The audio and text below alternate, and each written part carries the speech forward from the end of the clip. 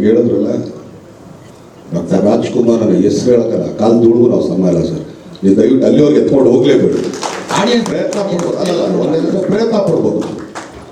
But ಅವ್ರು ಮಾಡಿದ್ದರಲ್ಲಿ 5% ಅಲ್ಲ 0.1% ನಾವಿಲ್ಲ ಸರ್. ಸೊ ಸತ್ಯ ಸರ್ ಪ್ರಿಂಟ್ ಅವ್ರದ್ದಲ್ಲ ಸರ್, ಸ್ವಲ್ಪ ಎಲ್ಲ ವಾಯ್ಸ್ ಎಲ್ಲ ಮ್ಯಾಚ್ ಮಾಡ್ಬೇಕಲ್ಲ ಸರ್. ತರುಣ್ ಸರ್ ಕಾಟೇರ ಸಿನಿಮಾದಲ್ಲಿ ಹಿರಣ್ಯಕಶಿಪು, ರಾಬರ್ಟ್ ಸಿನಿಮಾದಲ್ಲಿ ಪ್ರಚಂಡ ರಾವಣನ ಡೈಲಾಗ್.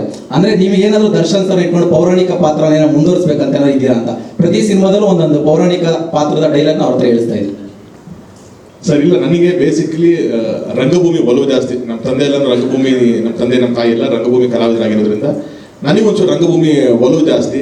ಹಾಗಾಗಿ ಏನಾದರೂ ನಾಟಕದ ಏನಾದರೂ ಬರ್ಬೋದಾ, ಏನಾದರೂ ಆ ಥರ ತೊಗೊಂಬರ್ಬೋದಾ ಅಂತ ಒಂದು ಆಸೆ. ಎರಡನೇದು, ನಾನು Darshan sir first film Majestic ಇಂದಾನು ನಾನು ಟ್ರಾವೆಲ್ ಮಾಡ್ಕೊಂಬಂದಿದ್ದೀನಿ. ಅವ್ರ 55 ಸಿನಿಮಾನು ನಾನು ಹತ್ತಿರದಿಂದ ಹಿಂಗೆ ನೋಡಿದವನು ನಾನು.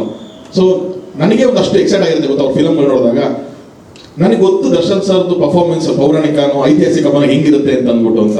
ಸೊ ನನಗೆ ಆಸೆ ಒಂದು ಪೌರಾಣಿಕ ಪೂರ್ತಿ ಮಾಡೋಕ್ಕಾಗುತ್ತೋ ಇಲ್ಲೋ ಅಟ್ಲೀಸ್ಟ್ ಸಿಕ್ಕಿದಾಗ ಒಂದು ಅವಕಾಶ ಅದು ಉಪಯೋಗಿಸ್ಕೋಬೇಕು ಅಂತ ಅಂದ್ಬಿಟ್ಟು ನಾವು ಅದನ್ನ ಸ್ಕ್ರಿಪ್ಟ್ ಒಳಗಡೆ ಅಂದರೆ ಫೋರ್ಸಿಂಗ್ ಆಗೂ ಇಲ್ಲ, ಬಟ್ ಸ್ಕ್ರಿಪ್ಟ್ ಒಳಗಡೆ ಹೆಂಗೆ ತರಬೇಕು ಅನ್ನೋದಕ್ಕೋಸ್ಕರ ಯೋಚನೆ ಮಾಡಿ ಆ ಥರ ಅಷ್ಟೊಂದು ಎಲಿಮೆಂಟ್ಗಳನ್ನ ತಂದಿರೋದು.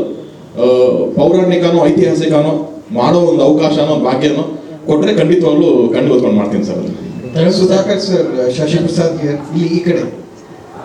So how challenging was to present Darshan sir, because the tone of the movie, color, presentation, making, everything was quite different, and that is one of the reason also why the audience have liked it more, the subject, the making, the presentation.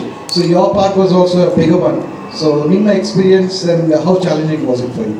First of all thank you so much sir.